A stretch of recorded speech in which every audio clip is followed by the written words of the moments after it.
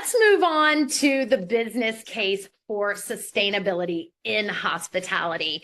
I think everywhere you turn, whether you are a sustainability junkie like me or not, there is a new, headline out, whether it is from Bloomberg, whether it's from, the UN climate conference coming up, whether it's from Marriott. There are so many headlines talking about sustainable hospitality. One that I think we've heard a lot lately that involves over tourism as well is extreme weather is changing the way that travelers are choosing their destinations. And I think that is really, really important because as we see these, very extreme weather patterns happening, people are choosing destinations that are more suitable, aren't as cold or hot, or don't have a wildfire going on in them.